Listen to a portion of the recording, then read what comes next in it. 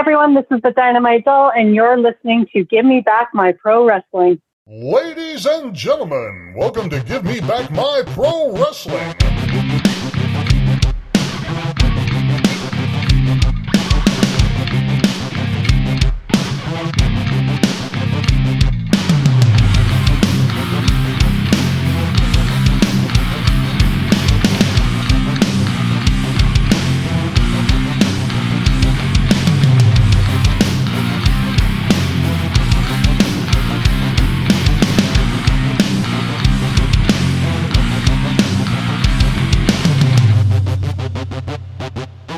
For those who don't know, now you know, baby. This is Hot Rod Biggs, Jared, Jimmy Street. We're going to take them to the limit one more time, baby, right here on Give Me Back My Pro Wrestling. Ladies and gentlemen, welcome one more time to the Give Me Back My Pro Wrestling podcast. And I'm here, as always, with my brother from the same father and mother, the Plastic Sheik, Jared Street. What is up, Sheik? How you doing? Oh, pretty good, brother. How about you? Man, just, living the dream, doing the thing. We got a really cool guest today, the daughter of the Dynamite Kid, Bronwyne Billington. This is very cool. Of course, another one from our buddy Captain's Corner, Nick. And Bronwyne and Paul Roma and Henry Godwin, they're all going to be at the Canada Slam Fest on September 20th at the Montreal Wrestling Convention, Hotel Ruby Foo, 7655 Descaries Boulevard. Man, I wish I could go to that. It sounds like a lot of fun. What about you, Sheik? Yeah, man, it's the more I hear who's going to be there, I'm just like, man, it'd be sweet to be there. Unfortunately, I just don't feel like the timing's going to work out for a trip like that for me. But maybe, in the future. Maybe down the road, yeah. Yeah, Nick does these all year long, so I know he's already working on the next Portland reunion, so, be prepared for that. And we got some cool things coming up with Nick, as always, greatly appreciated. Obviously today we got to talk about this. Now, it's a little bit past it, but if you can pretend with us, happy birthday, Sheik.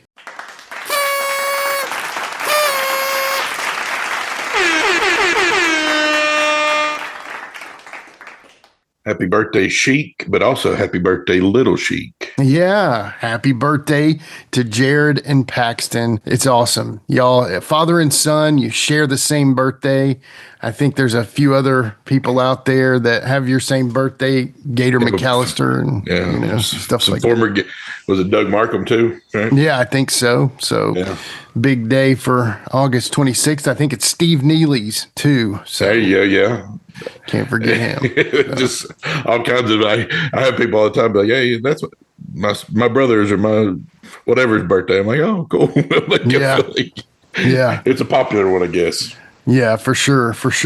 But yeah, man. So anyway, happy birthday. I hope y'all have a good one. But on with the show, obviously, one thing I did not bring up last time that I wanted to is obviously when I was spending some time at your house swimming, I noticed that you got a new shipment of Plastic Sheik in. Why don't you tell the people about those?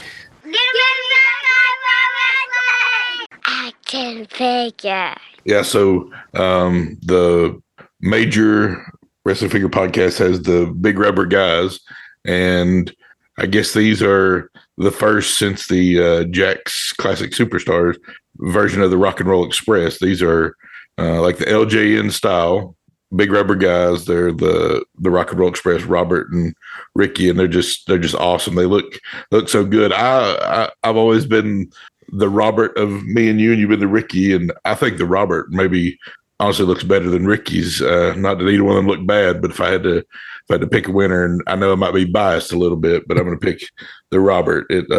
It's definitely a good likeness, and it's a great. And Powertown, take notice, they got out before you did, and I think they went on sale after you did. Boom! There you go, Steve, Greg, and Mag. What y'all doing? So anyway, well, I just can't wait to see everybody's Rock and Roll Express action figures. So it was really cool for me to get to see them, obviously, as I'm a huge fan, and very cool to see, live vicariously through you. But yeah, I just wanted to bring that. I thought it'd be cool if we brought that up because a little Plastic Sheik segment, right? Yeah, a little Plastic Sheik. Guys, we've got our 100th episode coming up.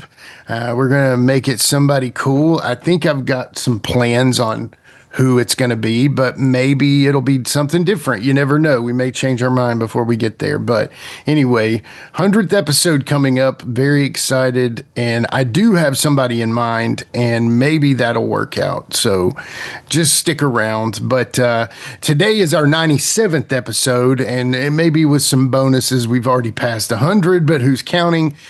But today's our 97th episode, and we've got the Dynamite doll, Bronwyne Billington. I say let's shut up and get her on. What do you say? I'm ready for it, brother. All right. We'll be right back with the Dynamite doll after these messages with more from the Give Me Back My Pro Wrestling podcast. Hey, my name is Tammy Reynolds. I am the wife of Forsaken Rick Reynolds, that super cool guy that everybody knows and loves. And I represent West Side Sauces. I make sauces, I bottle them, I seal them, I sell them. I have a hot honey sauce, I have a sweet sauce, I have a hot sauce, I have a white sauce that's so yummy you can use it on everything. They are absolutely amazing, and I'm so proud of them. We make them from scratch. So go on our website, westsidesauces.com, check out our products, read about our story, and go online and order you some of these yummy sauces. And Rick actually uses all of the sauces because he is a die-hard smoker and griller, and so he likes really good sauces and rubs, and I make them, so how convenient is that for him? Go on our website, westsidesauces.com, order you some samples, and I think you'll thoroughly enjoy them. Thank you, guys. Be blessed. All right, we are back with more from the Give Me Back My Pro Wrestling podcast. And Sheik, as always, our buddy Nick from Captain's Corner has hooked us up. And this one has been a person that I've been excited to talk to for quite a while now. And, you know, there's so much history in this person, but I say let's go ahead and start it with this. So obviously Captain's Corner is going to be September 20th at Canada Slam Fest, the Montreal Wrestling Convention, Hotel Ruby Foo, 7655 Descaries Boulevard. Of course, that's going to have our buddy Paul Roma. That's going to have our buddy Henry Godwin. That's going to have Barry Windham, so many other people. But the most important person that's going to be there is the one and only Dynamite doll. How are you today? Oh my gosh, I'm so good, and I'm so excited for this convention. I've never been to Montreal, so I'm happy to be here to speak to you guys about it, and just thank you so much for having me. Yeah, we're so excited to have you. It's always cool. We've had some kids of stars before, and it's always went so great. People enjoy these shows, so we're just so blessed to have you on. And thank you so much for being with us. And we're excited. So we always pivot to my brother, the Plastic Sheik, to take the first one. Go ahead, Sheik. Okay, so this is going to be a two-part. So as far as you hear Mount Rushmore. 4 or 5 names. So people in the business you worked with, your dad worked with, like if you had your list and your dad's list, do you think you could give me maybe 4 or 5 names for each? Absolutely. Well, of course, I'm gonna put my father on there, and Mick Foley. Okay. Yeah, Okay. Mick Foley. My dad would absolutely put Harley Race up there, as would I. I'm a big fan of Harley Race. Not sure if you guys have met his son, Justin Race, but he's one of my really great friends as well. And they're just really great people. Eddie Guerrero, I think my dad would probably put up there as well. I'm a big fan of him. And let's just say my Uncle Brett. Oh, God. He deserves to be up there. Totally. Can't beat that. He's on mine. So, yeah, I agree. Can't beat that at all. It's a great list. And what's funny is your dad is on mine as well for the tag team. So it's like perfect, it's just incredible. So, thank you for that. Yeah, it's a great list, and Justin is very cool. We that's one we plan to get on in the future, hopefully. So, Justin, if you're listening, hey, buddy, Yeah. get in touch with me, man. We love Harley too. I mean, your dad. It's so funny if you think about your dad as a wrestler, but Harley, you can see how they're similar in certain instances. Obviously, the headbutt and all that stuff, but then they couldn't be Yeah. totally different in other ways. But the point of the matter Yeah. is they wanted to show the fans the reality of wrestling, and that's what I loved about Harley and your dad. You know what I mean? So Yes. They had a lot of respect for each other and a mutual respect. So that's probably where those similarities come in, but they had two totally different styles. They're from different eras, but, they had like a father-son kind of relationship. oh, Not that big of an age difference, but it was, my dad looked up to Harley and he certainly took on that role of like taking my dad under his wing. So that's very cool. very special friendship. And I recently just met Justin and it was like, it felt really special to connect with him because we had so much in common and so much to talk about and just really interesting childhoods that a lot of people can't relate to. So he's become a really great friend of mine. That's cool. Yeah, he's like the best friend you never knew you had. Yeah, That's cool. yeah. The first day we connected, I was like, whoa, I just couldn't help but feel like it was like meant to be. And we felt like our dads like pushed us. That's cool. That's awesome. It was really special. Yeah. Very cool. Very cool. The next question here is we, talk about your dad's younger days, like when he was growing up and stuff, and then maybe tie it into how you also grew up, if that makes any sense. Yeah. I mean, he grew up in northern England. It was a coal mine, just a small little town of Goulburn. And his dad, was a hard worker. They had to work very, very hard. So my dad was working at a very young age. He worked with his father and, but they were into boxing. My family he comes from a long line of bare knuckle boxers. Oh, man. And and so they were working on a property at Ted Bentley's house, who ends up being my father's trainer eventually. And my dad's working outside and Ted takes a look at my dad and he's like, hey, does your son, to my granddad, like, would your son like to wrestle? And he's like, no, no, we're boxers. And I think my dad was like, yeah, like I would like to. Maybe he wanted to step out of, everything that the family had already been. He was always athletic in school. He did really, really well in gymnastics. He was a terrible academic student, but amazing at sports. So he's always getting into trouble. He's always in the office. But yeah, so he took one look at that wrestling ring and was like, yeah, I'll come tomorrow for training.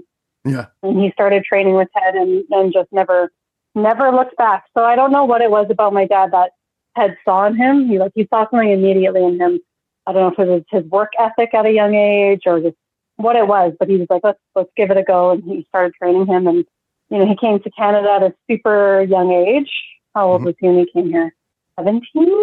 And he started wrestling. He had his first professional match on TV in England at 16 years old. Wow. Who was that against? You know what? I should know that. I'm not too sure, actually. Wow. Have to confirm. I don't want to say the wrong name. Sure. No, we can find that out. Yeah. Yeah. But I know that he was wearing a blue satin robe. Nice. Like back in those days, if you watch the matches, a lot of them have almost like that boxing match. It's like a blue satin robe, and on the back it says Dynamite Kid on the back. And that's awesome. Actually have that to this day. Oh. I still have that, and I travel with it, and I take things like that to the convention, and it's still in mint condition. So super cool piece to have. And it's not in a lot of footage. Like it's very rare to see it in the old footage, but yeah. Can I just have that? And Can I be nosy really quick? Not that I'm expecting you to sell this or anything like that. Have there been some crazy offers for that? I'm sure. Not yet. No. Oh, really? Not yet. I think people just would think you wouldn't want to sell it, though. I think people would. I've had people ask me like that. They'll just say they won't ask for a particular piece, but do you have anything? And I'll even trade. Some people make like really nice, beautiful belts. I'll make you this belt if you want to trade something. And I'm like, no, because I feel like I don't have a lot of my father's. Like I have something. Yeah. But I don't I don't know. I really cherish those items. So like I would never sell it for any amount. I don't blame you. Yeah. But so my dad ends up coming to Canada and wrestling or training under the Hart family. It was Stu Hart in the Hart Dungeon. And that's how he ends up meeting my mom eventually. My Aunt Julie was dating Bret Hart. And that's how my mom met my dad, by going to wrestling shows and just following around her big sister Julie, and ends up meeting my dad. And that's kind of how they met. And then I was born. Yeah. Now we get to you.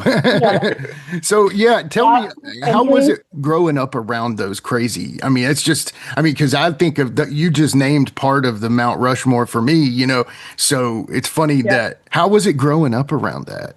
I mean, I didn't know any different. Right. So, Right. Looking back now, I'm like, oh yeah, we were pretty lucky and it's pretty unique upbringing, but I honestly didn't know any different. Like that was just my life. So Yeah. It was, I think that looking back, we had a lot of cool opportunities that maybe a lot of children haven't had. So Yeah. I mean, it's not often, most kids aren't having Sunday dinner with like midgets and giants and wrestling rings in the backyard and the basement. Like, Yeah, that was just the norm. Ultimate Warrior, whoever may be there. Right. It's like Everybody in it. Yeah. it's literally the Mount Rushmore. Bad News Alan, his wife used to babysit me.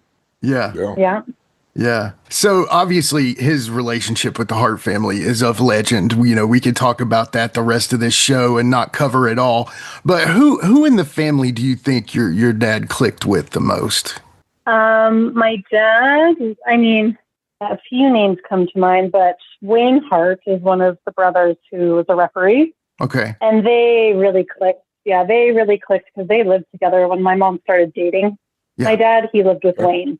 That's actually the house I was born in. And Wayne still lives in the same house today. Wow. So it's in a certain part of Calgary that's close to the Stampede grounds. We have a big exhibition every year called the Calgary Stampede. Yeah. And so where he lives is very close to there. It's like almost walking distance, and where you can see the fireworks and everything. But he still lives there, so it's a duplex, and my mom and dad rented the basement. And my parents used to breed bull mastiffs. Oh, yeah, of course. And so in that basement, they're breeding bull mastiffs, and I was a baby, but I can remember, it sounds kind of gross, but like I can remember the smell of when they were born, because there'd be newspaper laying down. Oh, I remember that smell of like newspaper, and then there's always pictures of me as a young child, like I'm 1 year old, 2 years old, whatever, and I'm like surrounded with all these puppies, and a lot of the wrestlers would buy our puppies.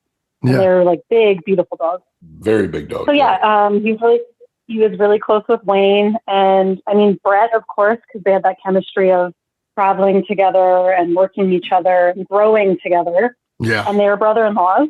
Right. They're married to a set of sisters. And then my dad was really close with Stu. Like Stu really loved my dad. So Yeah. I think they again had that kind of father-son relationship. Yeah. Now, okay, the dungeon and Stu, you bring that up. Were you ever witness to maybe some audible pain coming from the dungeon? I think not. I definitely could hear it, and so I was like, "Let's go outside. Let's go to the outside ring." Like, that sounds kind of scary, guys. Let's go outside. And then, I mean, as a little girl, I was such a shy, timid little girl that the stairs themselves going down to the dungeon were like absolutely frightening. Yeah, I'd say. They're like those metal. I don't know what, like flaky steps going down, and like, if you trip, you would totally die down the stairs. Oh, wow. Okay. Yeah. As a little girl, I was like, I'm avoiding it down there. I'm just going to go outside. I don't blame you. So what kind of relationship do you have with the other kids? Like, I mean, I know there's Teddy Hart, there's Natalia, there's so many of you all. And I know that, you're related in all different directions, but how's your current relationship with them as we speak? Oh, I'm great with everyone. Love everyone. Of course. I get along with everyone, I should say. I'm sure. Natalia has been so great to me. Obviously, she's busy and on the road and stuff like that. But every time wrestling comes to town, she makes sure to take care of my family. And as she does for everyone in the family, she's very, very gracious. And she's so amazing, even with her own fans, that she replies to her fans. Like, I don't know if you know this about her, but she keeps in touch with people. She actually personally replies to them. And that is something I really admire about her. And that's how I've always been kind of with my following as well. I'm very social and I'm very personable. And it could be because we're both Geminis. Our birthdays are a day apart, but she's like 2 years older than me. So we're very similar that way. Ted, I've seen Ted a lot. He's back in Calgary this last summer or this last winter, I should say. We were doing a lot of wrestling shows together, so I've always been very close to Ted. Brett's kids, though, are my closest cousins because our moms are sisters, and we grew up together. Our dads were always on the road, and we grew up like siblings. On the weekends, we were always having sleepovers, and because our dads were always going, birthdays, holidays, all that kind of stuff, we always did everything together. Our moms would plan camping together. We did holidays together, like dinners together. So we really grew up like siblings. There was 3 of us in my family, and then four Hart children. So yeah, I'm very, very close to them, and we all live in the same city. So that's cool. Yeah, I'm glad to hear that. That family is tough sometimes to not even for any reason other than just time and distance sometimes. So that's cool that you guys are and you can tell Natalia. Harry, though, I'm not talking to Harry. I'm not talking to Harry as much because he's in Japan. Right. He's always in Japan, and the time is like, I've grown up very close with Harry as well. Yeah. He's doing amazing in Japan, so I'm super proud and happy of him. What a guy. Proud of him and happy for him. Yeah. He's got such a cool look. He looks just like his dad. It's crazy, Tell Natalia when you see her next time that she is my wife's favorite pro wrestler. So just share that with her. Yeah. I mean, she should be everyone's favorite. Amen. Fair enough. She's great. Yeah, absolutely. We agree. She's ours too. Come on. We're going to fix it. She just won an award at the Cauliflower Alley yesterday. So. Yes, I saw that. that. Saw that. Yeah. I'm not 100% sure what the award was, so. Very cool. But I did see the picture. Yeah. Well deserved. Yeah. So then your dad goes to New Japan and has a legendary feud with Tiger Mask. Talk to us just a little bit about anything anything you really think of about that feud. Yeah. I just think that it was obviously legendary. People still talk about it today. Yeah. They always say that my dad was way ahead of the times. Absolutely. And you just weren't seeing matches like that at that time at all. And people today are still studying their matches. And even when I watch it now today, it's so captivating. You can't take your eyes off of it. It's like mesmerizing. It's like beautiful artwork. And I don't see that with like 2 people, very often. So because it's not common. Yeah. It's not common. Yeah. No. Yeah. And again, they had that mutual respect. Yeah. I feel like, I should have put Tiger Mask on my more from my dad. We'll add it in. It's an addendum. Yeah, we'll add it in. I actually have a Tiger Mask tattoo on my leg. Oh, that's awesome. That's cool. Very cool. I love cats. I'm an animal person. Like tigers and lions are my favorite animals. So I did a tattoo on my dad, and I did a little tiger mask right next to him. That is awesome. Mask itself. Little tribute. Yeah. But I recently became friends with the 4th Tiger Mask, and he's super cool, super nice. And I want to get some wrestling figures made of my dad and Tiger Mask. I think that would be cool. So he put me in touch with like the original Tiger Mask representative, because obviously he's getting older now and doesn't speak English. So I'm in contact with him, and we're trying to figure something out, because I'm like, I just think that this would do so well. Like, so many people and wrestlers and workers and fans talk about their matches still. Like something needs to be done with those 2. Amen. Action figure. Yeah, I've got questions about, I know they had the major rubber guy there of your dad and Davy Boy. I have those actually. Like the old ones? No, I have the old ones originally, but I have the newer ones. Oh. The one that the major, the major rubber guys or whatever they're called. So we love those. We love the original ones as a kid. We loved them so much. Do you know? I mean, you talk about the play. You'd like to get something done with Tiger Mask in your dad. Is there anything else in the works with any kind of figures or anything like that? That's why I'm called the Plastic Sheik, is because I collect action figures. Oh, because you're a big collector. Yeah, that's it. Yeah. I am exploring all options right now. I'm Wonderful to hear. Anything I can think of. Good. My end goal right now is getting my dad in the Hall of Fame. Yeah. And so right now every single avenue I am exploring. So I'm sending emails, I'm approaching people, whatever it is. And that's also why I'm traveling to do conventions. I'm starting to go to the States more. I'm trying to branch out more to the States because, I've been in Calgary in the wrestling scene for 13 years and it's the same old. And I'm like, I think I need to go out. I went to Philadelphia last year for the first time in July. And it was such a great experience. So I was like, I want to start trying to work that circuit. So I went back out into July. I went back to Philadelphia again this July, and I'm going to be going back again in October. And now I'm starting to work with some people in New Jersey, and I'm just trying to branch out to New Jersey, New York, Philadelphia, stuff like that. I want to get to Texas and just keeping my dad's legacy alive, promoting everything I can to get all these things done. I want figures. I want, we're in the works of getting a movie made. I'm not sure if you guys knew that. No, but that's amazing. Yeah. Holy cow. Yes. I'm working with producers who approached me. I can't remember when. I'm really bad at time frames. It's probably over 6 months ago now that they approached me about a movie on my dad. Yeah. And so I started researching. Because some people have said to me before, I'm writing a screenplay, blah, blah, blah. But then they don't actually have a movie company. They're just a writer or, whatever. So I researched this company and they're legit from the UK. And I talked to my mom because my mom's a writer. So she's been writing a book that she changed to a screenplay. Wow. And so she's already has the screenplay written. Ooh. And she has all the parts of meeting my father and everything with my dad, but everything that involves my dad and her relationship from the time she knew him. And so once I told her about the movie, she's like, well, let them know I already have a screenplay.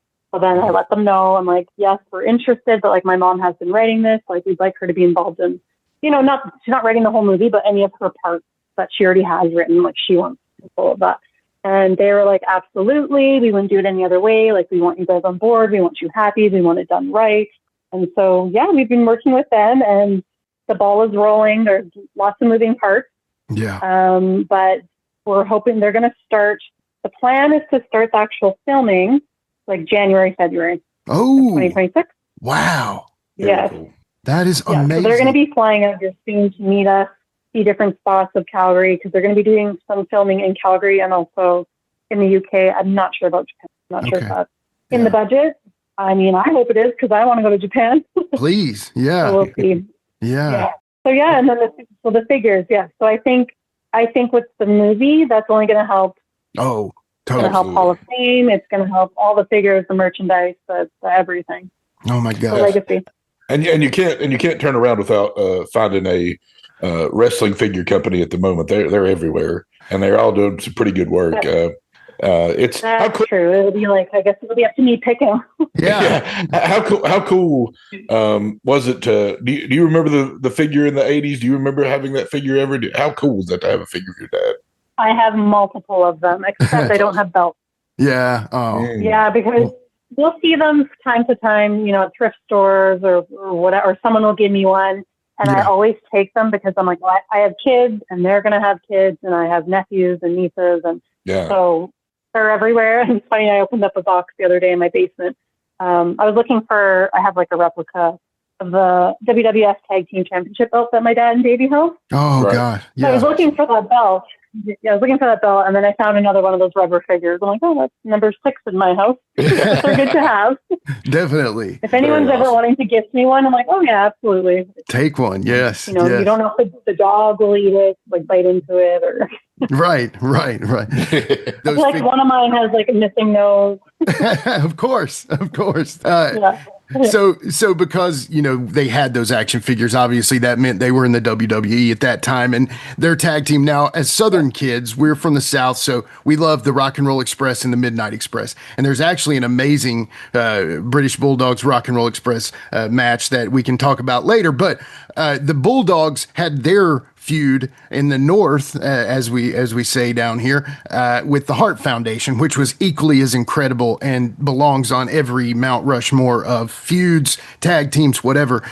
Obviously, those guys taking it to the WWE from Calgary, it was a no-brainer to put them together, but they just work so incredible together, Yes, absolutely. When I get asked what my favorite matches are, I don't have like a particular match, but it's either my dad and Tiger Mask or Hart Foundation versus the British Bulldogs, because the chemistry they shared, and they were all, trained in the dungeon, and they had that Calgary style and that Calgary flair, and they're brother-in-law, so it's like, I don't know, you don't get that very often in a ring. No. You're literally four brother-in-laws in the ring.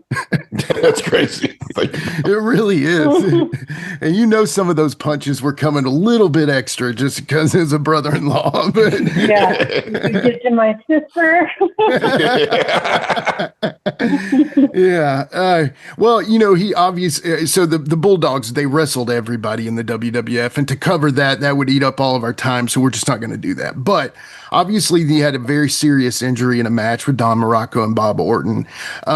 I guess in your mom's opinion, in your opinion, do you think he should have wrestled again after that? Oh, gosh. Well, probably not, especially as soon as he did. Yeah. I know from my mom's stories that he was not cleared to wrestle yet, but it was about the money at that time. I think they had a mortgage. I think my mom and dad just bought a house or something, and my dad was worried about the mortgage, and there was no paid time off back then. If you weren't wrestling, you weren't getting paid. Right. So I know that he rushed back. Plus, my dad was stubborn. He's like that stubborn British mentality. So he was like, no, I'm good. I'll get up and go. So no, he shouldn't have been wrestling yet, for sure. Yeah. And I mean, I hate to bring that kind of stuff up, but sometimes you have to. You talked about all this so well during the Dark Side of the Ring episode. We'll bring that up in just a second.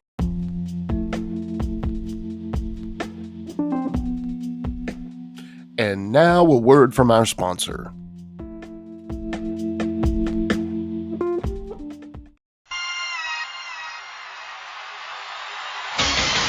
Come heat up your summer over at Captain's Corner, the purveyor of all things wrestling. We'll be working with stars like Wheeler Yuta, King Haku, Coco Beware, and many more in the months of July and August. Also, make sure to mark down September 20th on the calendar as we present Slam Fest 2025. Montreal's first ever pro wrestling convention will be presented by Captain's Corner and our friends at LWA.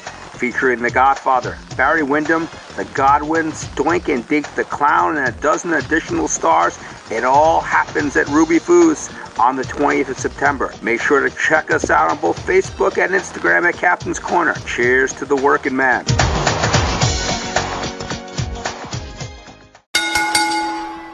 So, your dad's final match was in Michinoku Pro. Can you talk to us anything about that? So that's the one where they're throwing him up in the air after? Yeah.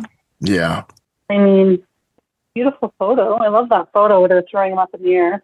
Yeah. But I think he had some matches after that, no? In Germany. Did he? We could have missed it on that. That's for sure. Yeah, I think that was supposed to be his last match, and then maybe that's what there was a couple more. I think it was in Germany, and he's very, very skinny. Yeah. Shaved head and kind of, what's that word? What's that saying? Oh, I can't think of what it is, but just not himself. And he should have had the other match probably be his last match. Yeah. Where they were throwing him up in the air. At least they had that lovely moment, Yeah. But wrestling is, as we know, it's that adrenaline rush, that addiction of going through the curtain, getting never say never about a final match. Yeah, exactly. It happens to everyone. So yeah, my dad had a few of those. And I mean, I'm sure everyone still, regardless of him not being what he once was, everyone still respected him and still, remembered the Dynamite Kid that they wanted to remember. So. Yeah, I mean, his fingerprints are all over current wrestling, really starting in the 90s with like Eddie Guerrero, the Chris Benoits, the Dean Malenkos, where the lightweight guys came up and you gave you more in the match than just a couple headlocks here and there, and then you would get a boring chant and all that. Dynamite never got that. I guarantee no one ever yelled No, for boring during a sure. Dynamite match. He would have probably blown his You're top. so right. But I mean, he really Yeah, does. that's The true. entire current wrestling scene owes so much to your dad. And I don't know if I'm I sure you agree. know That's that, why he should but be in the Hall of Fame. amen, amen. And I guess I've been hoping that conversations are ongoing about that. I don't want to put you on the Yeah. spot. You know what I'm saying? But when it comes down to it, I Well, hope that conversations are we going. are we're pushing forward, and if we don't get the response we want, we're going to petition. So that's where we're at. Yeah. Okay. Cool. Cool. Well, anything we'll just bring it up every show. How about that? Not that we That have would any be great. power. So Yeah, we will. yeah. Oh, I love that. Thank you. Appreciate Yeah, that. of course, of course. So obviously we've got to talk about this, the Dark Side of the Ring episode. The story was so perfect for, and sometimes that's a bad thing to say about, hey, your story is perfect for Dark Side of the Ring, but I think it showed the people a little more of the stuff because Dynamite your dad kind of went away and everybody didn't know where he was. And they knew where he was, but they could, you know what I'm saying? He was out of the Yeah. limelight. And I think Totally. to see the full struggle that he was going through, really showed a lot of the humanity of Dynamite Kid. And that is something that I think is lost with wrestlers that we love. I look at guys like Hulk Hogan, rest in peace, and Ric Flair. You think of these guys as gods, but they're just people. Yeah. And they're just extremely talented, athletically gifted people, and they entertain us. And, we should be kinder to them. But talk about the making of that episode, if you don't mind. Yeah, we were approached. My mom was approached first, I guess. Mm-hmm. And my mom asked me, do we want to do this? And we both agreed as a family. We agreed, yes, we do. Yes, I've been a big fan of the show and watched every single episode. And I knew it wasn't going to be all happy and sunshine and rainbows. But the message we wanted to get across was about CTE. Yeah. And just bring awareness to families who may be struggling with a family member who has CTE and the signs of CTE and how that can change someone. And also get a little bit of opportunity to talk about the positive of my father. There was positive for me as a child. Like, I don't have any real negative memories besides the final blowout between, my parents at the very end, which was extremely volatile. But besides that, with me and him as a relationship, he was an amazing father to me. So I wanted to be able to speak about the positive as well and just bring his name back to light, because it kind of felt like he was getting forgotten about a little bit. And I know that, and my father always said, even like negative press is still good press. So I knew that as a heel, like negative press is good press. Of course. Yeah. So I knew that doing this episode, it would bring his, and again, our end goal is Hall of Fame. Right. So, it would just bring his name back to life. And you want to know what? The movie producer who reached out to me was not a big wrestling fan ever, but he watched the Dark Side of the Ring episode of my father. And he said that, and the scene of me and my father making up, or that we kind of cried together and we haven't seen each other for 15 years. He's like, that scene is what made me want to make this movie. Wow. So I was like, oh my God. So there you go. Dark Side of the Ring paid off. Like everything that we did, and we were unsure, like, we'll just make my dad look bad. Like, we kind of hummed and hawed and we had concerns, but like the movie producers were great and they worked very close. The producers of Dark Side of the Ring. They were really great and they worked really closely with us the whole way, making sure we were happy and communicating with us. We expressed our concerns of like, we don't want it to be like this, we want it to be like this. And I really felt like after we watched it, that they listened to us and we were happy with it. Like, of course, it's sad and it's hard to watch. Yeah. And some of it is extra dramatized, but that's Sure. TV for you. So we just Sure. have to know that. Even with the movie, there's going to be some scenes that they weren't quite like that. Right. It's going to be dramatized for television. You just have to remember that.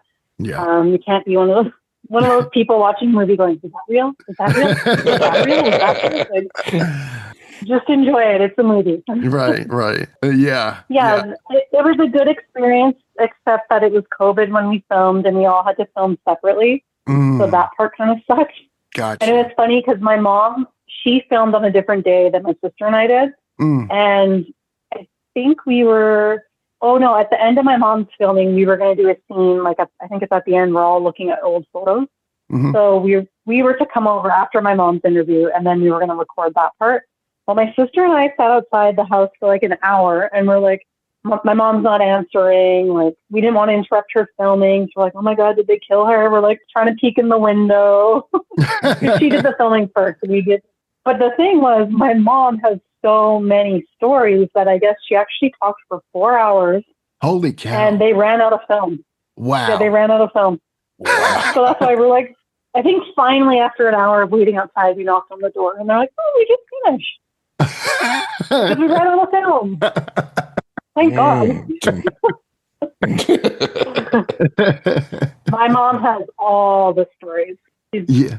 She has a great memory, and she was there for it all, and she's a storyteller. Like, she's a writer, so she's a wonderful human. That's awesome. Well, I'm really hoping that you can get that movie made. Is there any chance that you have him as an idea for him in cast? Throwing that out there would be yeah. But they have a British actor already, so they filmed what they call a proof of concept. Oh, gotcha. So that's okay. kind of like, okay. Yeah, so that was to show investors. Yeah. To try to get them to invest in whatever. So that was already filmed and done. And then they filmed, oh gosh, I can't remember what the other thing's called. I don't even remember now, but they filmed a couple of things. So they already have the actor picked out, and I don't know his name off the top of my head because I don't watch British television, so I don't know, but he's like a large up and coming actor who is in known television shows in England. Okay. And he did his first name's Ryan. I just don't remember his last name. Okay. He did a phenomenal job. If you see the proof of concept, or like whenever, I'm not sure if I can share it soon. There's something similar I think we are going to be sharing soon on social media. Okay.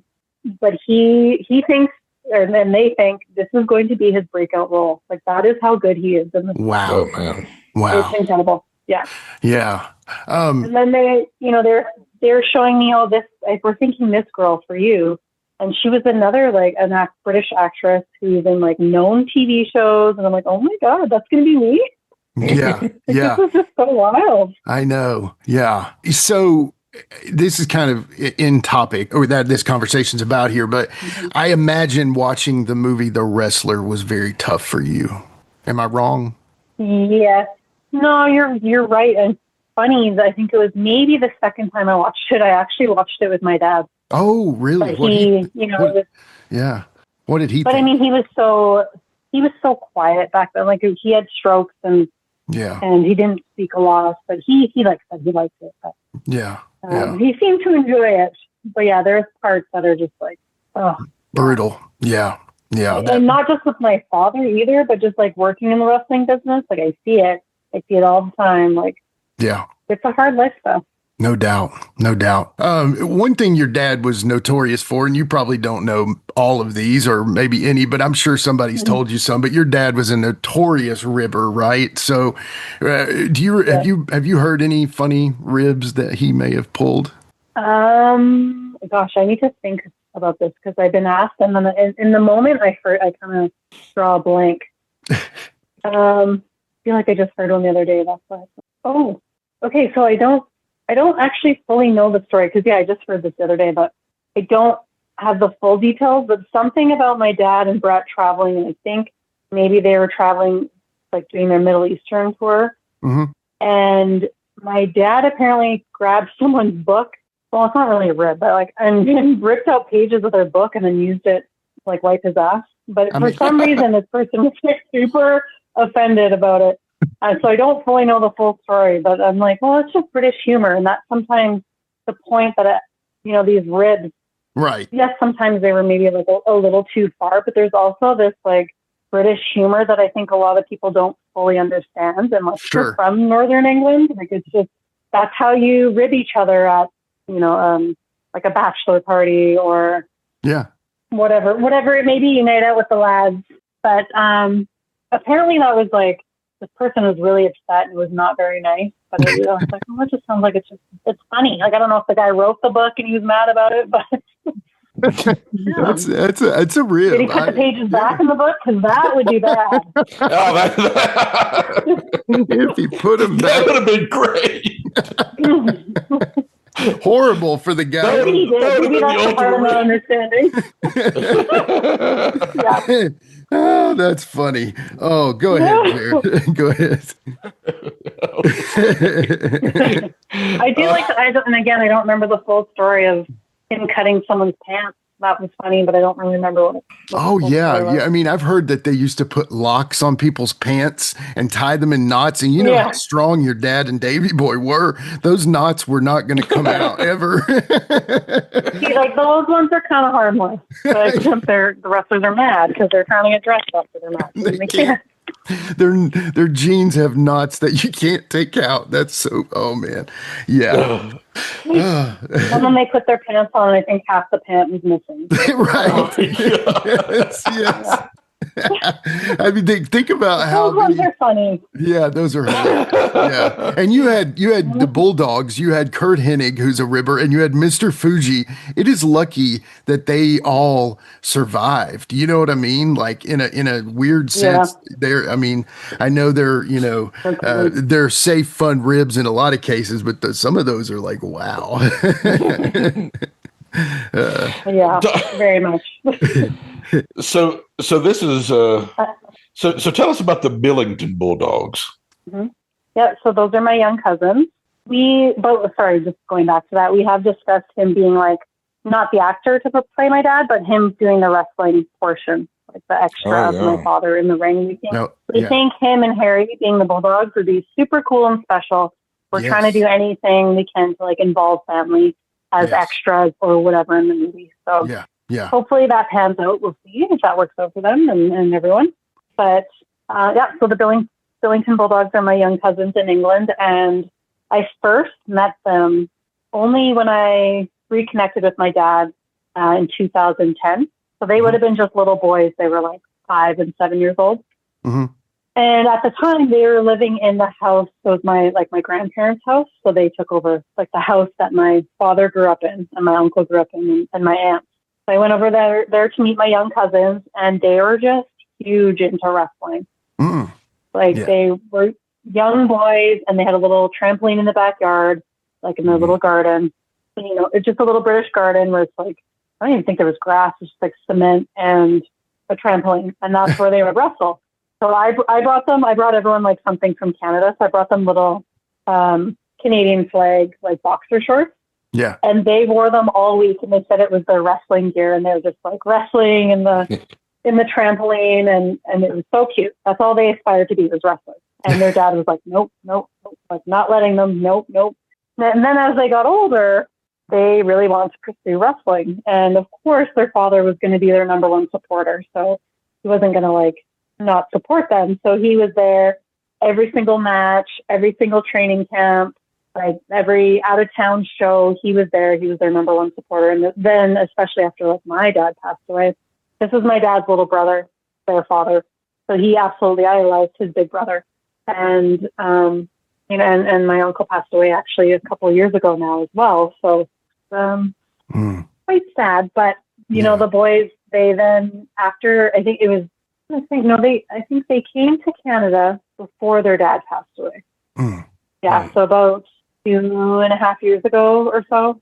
Okay. They came to Calgary and stayed with me for like 6 months while they first started working the territory in Canada, Calgary. And so Mark and Tom, brothers, very talented. One's like shorter and stockier, one's taller. Like they very much have the Bulldog thing going on. Yeah. And now Tom is now wrestling at the AEW. He's like wrestling somewhere different every weekend. all over Canada. He met a girl. He's living in Canada now. And Mark is back in England, but he kind of turned back to boxing. He was boxing, and he plays soccer like he's boxing. He took a little bit of time off wrestling, because Mark's the younger brother. So I think he just needed a little more time. I was like, oh my God, when they showed up at my door that first day, because I think that was their first time ever on a plane. I was like, oh my God, come here. And I just hugged them because it's a long flight and I don't think it was direct. Yeah. Yeah. And I just felt like, okay, so they stayed with me for 6 months. And I felt like their mother. And of course, because I'm involved in wrestling too. So like any little like injury, I'm like, are you okay? Like I'm a very paranoid mom with injuries because of wrestling. Yeah. Yeah. So that probably drove them a little nuts. But yeah, so then Mark being so young, I was like, I can understand that you're homesick. Like Canada's so different. And then their dad passed away and then their mom was alone. And so they went back home, or Mark went back home and he started concentrating on boxing. Now he's back wrestling again. So he's so athletic. Like I said, he plays soccer, boxing, wrestling, and just all over the place. So I can't wait to see what the future holds. They're both very talented and they're a great tag team, but I also believe they can do it alone too. Like it's good for them to spread their wings and do it separately as well and just see what that brings. But yeah, ultimately the Billington Bulldogs is what we want to see, what everyone wants to see. Yeah, and I think I agree. I think AEW or WWE needs to hire the three of you right now and have a trio. You know, you be the valet manager and they wrestle. And the Billington Bulldogs are needing to go big time. And I know I've seen them on AEW, so that's awesome. I know that can happen. So maybe when they first came to Canada, I did manage them and. And that was really special and fun. And then, my biggest struggle with being a manager is having that chemistry with someone because to me, I don't know. I can't fake chemistry. Right. You can't. Yeah. You can't. I know there's stories where people like you don't actually get along and you're a tag team or whatever, or you have to be professional and get along with everyone. But for me, I can't fake chemistry. Yeah. And it's hard because in that role as a female manager, they're often dating the guy that they're managing. Right, so that's why it gets hard for me too sometimes. So if it's a cousin, it makes total sense. Like I've managed Harry, I've managed Teddy. Like it always makes sense, and there's just that natural chemistry and that natural reaction of my family getting hurt. Like that's not faking; those are real tears. Yeah. It made a lot of sense when we worked together, and we had a lot of fun. But ultimately, they're still growing and figuring out, their careers. And, sure. Yeah. And can't wait to see where they go. Yeah. Well, maybe Tony Khan or somebody's listening, never know. Right. So obviously, you should be. And they should be. So obviously we've got Canada Slam Fest coming up September 20th at the Montreal Wrestling Convention, Hotel Ruby Foos, 7655 Decory Boulevard. I know you're excited for that. How can folks get a hold of you, reach you? How can they find out about your stuff, Bronwyne? So the easiest way is if you're on Instagram, please go to my page. It's Dynamite Doll. I have a LinkedIn on there. So anything that you might be on, I have all my links on there. My dad's links to merchandise, everything. If you're on Twitter, I'm Dynamite Doll 84. But to see all those links, you'll have to go onto my Instagram.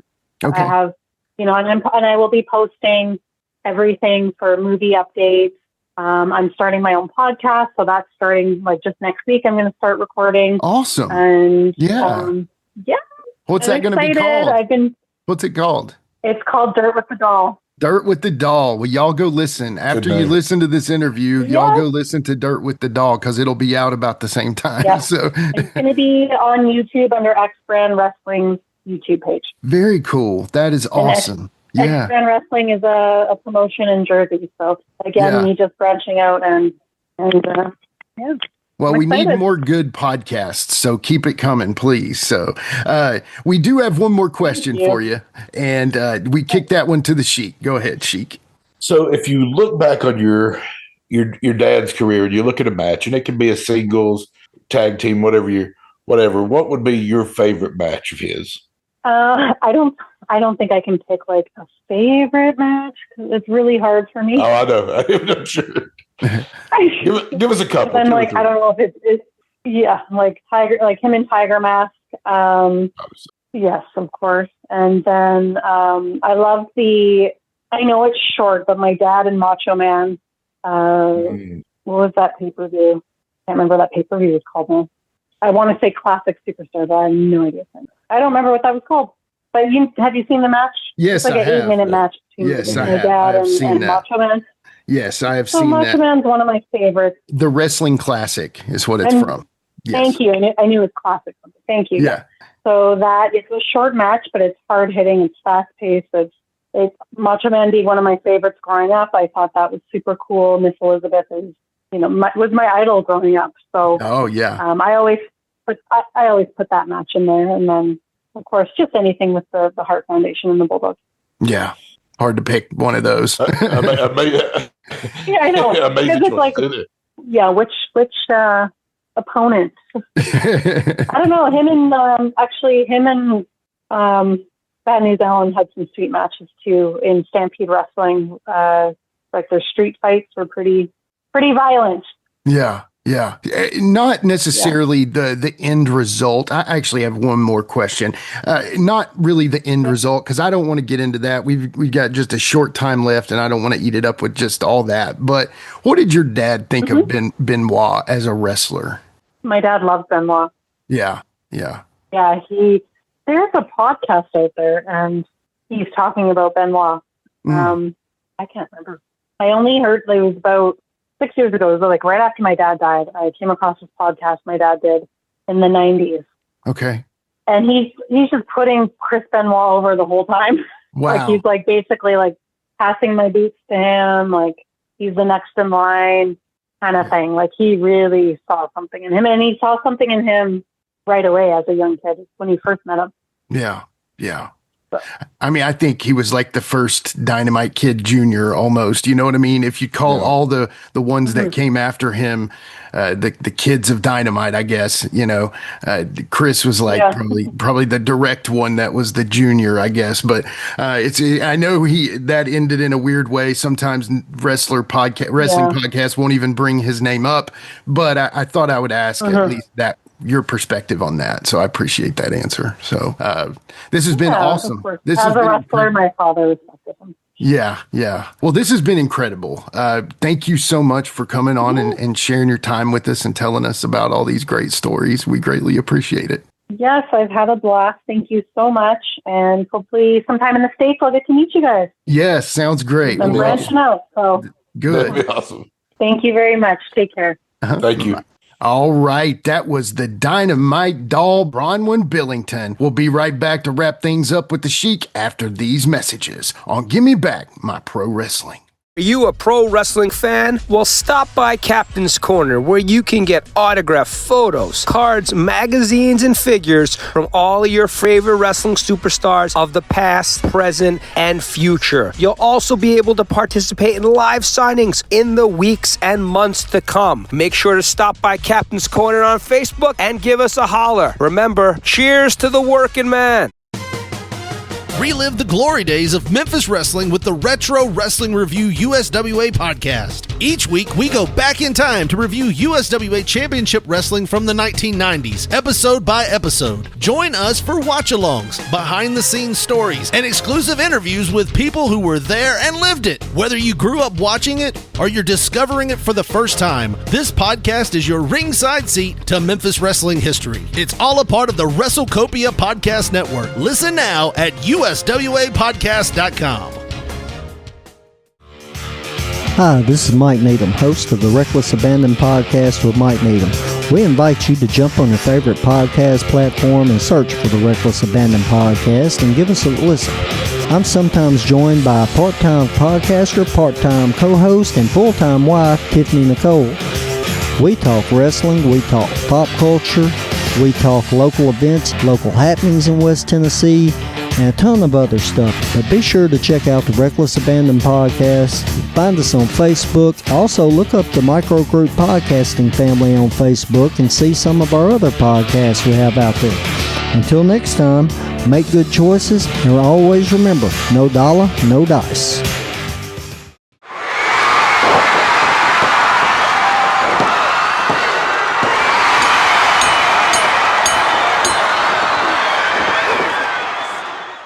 Oh, Sheik, man, that was really good, man. That was a solid interview. I'm very impressed. She is a very good representative of her father's legacy. Yeah, man, it was great interview. She, she's really advocating for her father's career to be more recognized, which is very much in need of. I mean, he was so instrumental. Anybody, I mean, if you like any of the smaller guy stuff today, not the monsters of yesteryear, this is where it's at. I mean, he might be the forefather of it all. I mean, let's be clear on that. If you're an AEW fan, those guys that size, here's like your forefather. If you like, I mean, even what they have in the WWE these days, don't feel like they're as huge as they used to be in the 80s and 90s. So this is what you're here for. Yeah, absolutely. And we greatly appreciate Nick and Bronwyne for coming on, and we greatly appreciate, Dynamite Kid's career. I know we were Rock and Roll Express kids, but we love the Bulldogs too. So, there's no question. They were probably, one of our, in the 80s, before like the Road Warriors and stuff were there, they were probably, if not our top team, like 1B or something like that. So yeah, amen. Really cool to hear about that there's a movie coming out. We're very excited to see that. Glad that we got to hear about that. Also, I think something that she said bears repeating. Let's get Dynamite Kid in the WWE Hall of Fame. Now, I realize we are small potatoes, but hey, man, it starts small and builds big, right? So absolutely. Dynamite Kid for the Hall of Fame. Let's get it done. Triple H, come on. If anybody is listening out there that has any sway with the big dogs, let them know to put Dynamite Kid in the Hall of Fame. It's well past being deserved. So, but we do, want to keep that remembrance of him going, and we greatly appreciate y'all for listening today. Thank you for liking, sharing, following, all that good stuff, but mostly thank you for listening. And, who do we have on our next episode? I'm not going to tell you right now. The best way to know that, though, you hear me say it every week, at GMBMPW on Facebook, Instagram, X, and YouTube. If you go to one of those, I guarantee you'll know who's coming up next. And if not, get your eyes checked. Sheik, I think that's it, brother. You got anything else? I don't think so. I can steal Quinton's line and say, buy a t-shirt. Well, somebody better buy a t-shirt, that is. But thank you all so much. Once again, all proceeds from our t-shirt sales through September 30th are going to the Right Way Reunion. They do a great thing for the boys in Middle Tennessee, and we are here to support it. So go buy a t-shirt right now. Every bit of the money that comes from that goes to the Right Way Reunion. So we thank you all so much for the ones who have already bought t-shirts, but it's for the Right Way Reunion. So just buy another one. You can always use two, right? Yeah. Yeah. Buy somebody else one if you've already got one. Hey, buy a friend one. Christmas will be here in no time, so. Yeah. Anyway. Absolutely. That's all I got for the show today. For the Dynamite doll, Bronwyne Billington, the Plastic Sheik, Jared Street, and myself, this has been Give Me Back My Pro Wrestling. Don't forget. I am still enraged. I don't know whether you saw Dynamite, but Bulldog Bob Brown hit Benoit with a chair, cost him the match. What else is new with this idiot? Ed, Bulldog Bob Brown, first of all, is disgusting. I'm sick and tired about him. There's one thing, I've got more important things to talk about right now. Ed, I've known yourself for 10, almost 11 years now. I've been around the world 3-4 different times. Now I'm back in Calgary. But I'd like all you people out there on TV land to know that I think it's around about time.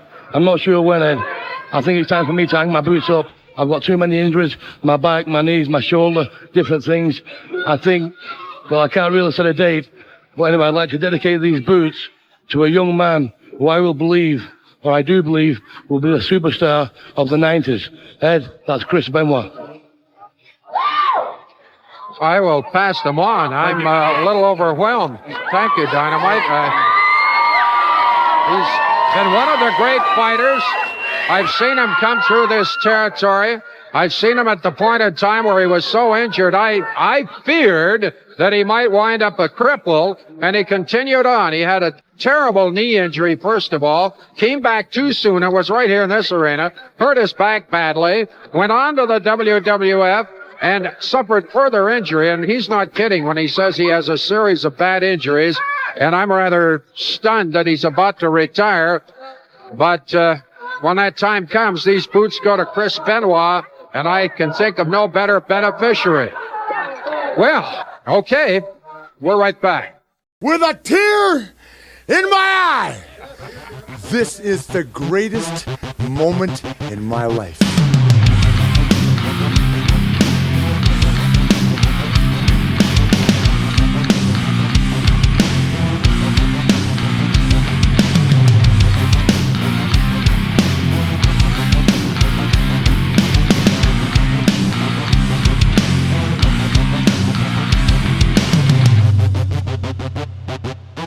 We'll see you later.